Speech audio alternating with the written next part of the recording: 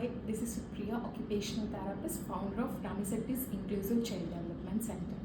So ఈరోజు ఈ వీడియోలో మనం డిస్కస్ చేయబోయే topic eating difficulties in autistic children.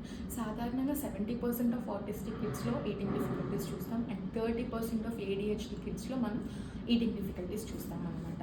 జనరల్గా మన ఇంటి పక్కన వాళ్ళు కానివ్వండి, పెద్దవాళ్ళు కానివ్వండి, పిల్లలకి అన్నం పెట్టినప్పుడు వాళ్ళు తినకపోతే కొంచెం సేపు ఆపేసేయండి, ఆకలేసినప్పుడు వాళ్ళే వచ్చి తింటారు, వాళ్ళే అడుగుతారు అని అంటారు.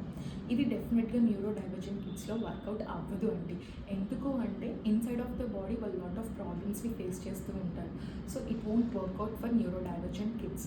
సో ఈ ఈటింగ్ డిఫికల్టీస్ ఎందుకు వస్తున్నాయి, ఏంటి అని అనేది మనం ఈరోజు క్లియర్గా డిస్కస్ చేద్దాం. ఓకేనా? ఫస్ట్ థింగ్ వచ్చేసి టెక్స్చర్ అవర్షన్. అంటే కొన్ని ఫుడ్ యొక్క పదార్థాల యొక్క టెక్స్చర్ని వాళ్ళు డిస్లైక్ చేస్తారంట, వాళ్ళు ఇష్టపడరు తినడానికి. సో ఇదొక రీజన్ అయి ఉండొచ్చు. సెకండ్ థింగ్ వచ్చేసి ఓరోమోటర్ డిలే.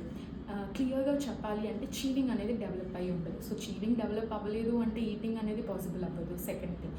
థర్డ్ థింగ్ వచ్చేసి over sensitivity to the oral cavity అనమాట.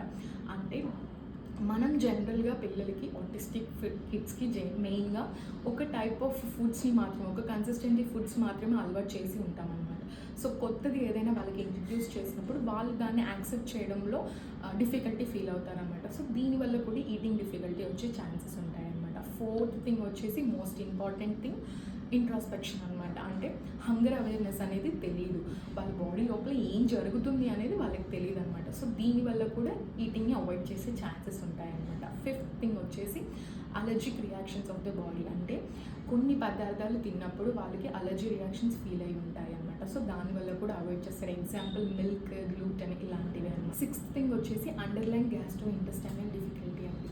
అంటే కొన్ని పదార్థాలు తిన్నప్పుడు వాళ్ళకి అబ్డామినల్ పెయిన్ కానివ్వండి, కాన్స్టిపేషన్ కానివ్వండి, ఇలాంటివి వచ్చి ఉంటాయి అనమాట. ఇలాంటివి ఎక్స్పీరియన్స్ అయి ఉంటారు. సో దానివల్ల కూడా ఆ ఫోబియా వల్ల కూడా వాళ్ళు అవాయిడ్ చేసే ఛాన్సెస్ ఉంటాయి ఫుడ్ని. And last and foremost thing, మన ఆటిస్టిక్ కిడ్స్కి వాళ్ళ యొక్క ఎమోషన్స్ని ఎక్స్ప్రెస్ చేయడంలో కానివ్వండి, అండర్స్టాండ్ చేసుకోవడంలో చాలా డిఫికల్టీ ఫీల్ అవుతారు. అది అందరికీ తెలిసిన విషయం. ఫర్ ఎగ్జాంపుల్గా చెప్పాలంటే వాళ్ళు ఒక యాంగ్షియస్ స్టేట్లో ఉన్నారు, ఒక వరీడ్ స్టేట్లో ఉన్నప్పుడు వాళ్ళు దాన్ని ఎలా ఇంటర్ప్రిటెక్ట్ చేసుకుంటారు అంటే ఫిజికలీ నాకు ఏదో అయిపోతుంది అని ఇంటర్ప్రిటెక్ట్ చేసుకుంటారు అనమాట. సో దానివల్ల కూడా కొన్ని రోజుల వరకు వాళ్ళు ఫుడ్ని అవాయిడ్ చేసే ఛాన్సెస్ ఉంటాయి అన్నమాట. సో ఇవన్నీ ఈ ప్రాబ్లమ్స్ వల్ల ఈటింగ్ డిఫికల్టీస్ అనేది జనరల్గా మనం ఆటిస్టిక్ కిడ్స్లో చూస్తూ ఉంటాం. సో దీనికి సొల్యూషన్ ఏంటి అంటే you definitely need and assistance of occupational therapist.